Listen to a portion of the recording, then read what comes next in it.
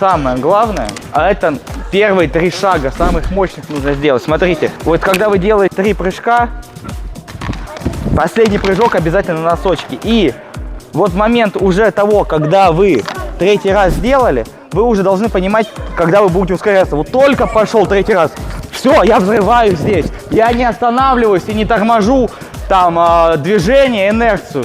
И не начинаю после этого бежать. То есть вот этого движения, 1, 2, 3, остановились и потом побежали, не должно быть.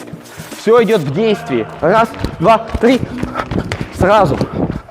Только приземлились, сразу побежали.